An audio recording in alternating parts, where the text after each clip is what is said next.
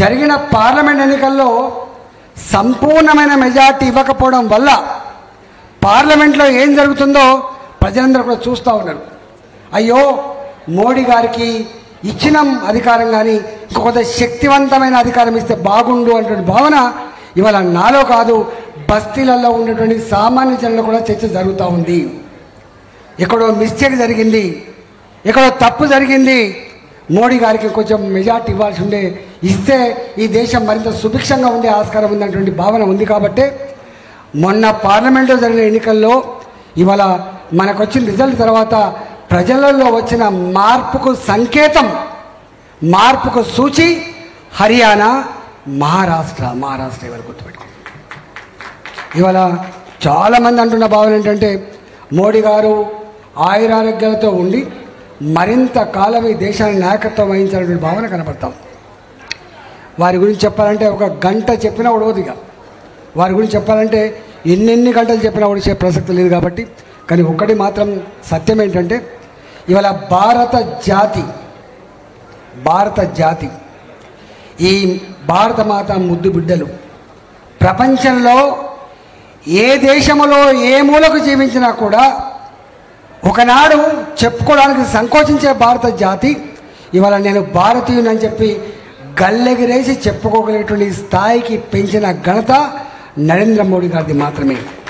ఆ ఘనత ఆయనకే దక్కింది. కరోనా కష్టకాలంలో ప్రపంచ ఆర్థిక వ్యవస్థ తిరోగమనంలో ఉంటే భారత ఆర్థిక వ్యవస్థ అంత గొప్పగా పురోగమించకపోయినప్పటికీ కూడా తిరోగమనాన్ని అధిగమించి ఇవాళ ప్రపంచంలో అన్ని దేశాల కంటే కూడా ఇవాళ ఆర్థికంగా వేగంగా అభివృద్ధి చెందుతున్న దేశం భారతదేశంగా నమోదు కాబడ్డది. ఇవాళ 2014 పూర్వం 11వ ఆర్థిక వ్యవస్థగా ఉన్న భారత్ 10 సంవత్సరాల మోడీ గారి పాలనలో 5వ ఆర్థిక వ్యవస్థగా ఎదిగింది. కరోనా కష్టకాలంలో ఉండి కూడా ఒకవేళ కరోనా కష్టకాలం రాకపోయి ఉంటే ఇవాళ 4వ స్థానమో 3వ స్థానంలో ఉండేటువంటి ఆస్కారం ఉండే భారత ఆర్థిక వ్యవస్థ.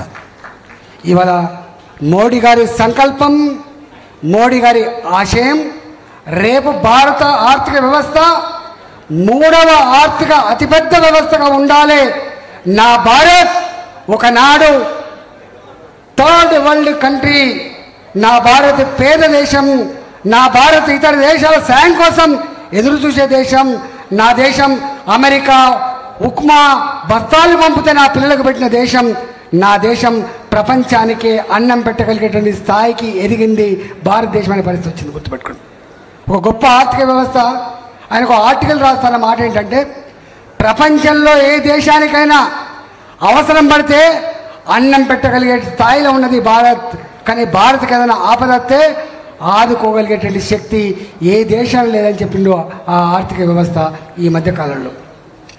అందువల్ల మోడీ గారు ఏదో సోషల్ మీడియా లేదా బాయ్ చెప్పి ఉపన్యాసం ఇస్తే కాదు, ఒళ్ళు వంచి పనిచేసి భారత జాతి హృదయాల్లో ఇవాళ దేశ ప్రగతిని అనే దాన్ని ముద్ర వేసి ఇవాళ స్థానం సంపాదించుకున్నప్పుడు బిడ్డ నరేంద్ర మోడీ గారు. కాబట్టి రేపటి భవిష్యత్తు దేశంలో మోడీ గారిది మాత్రమే.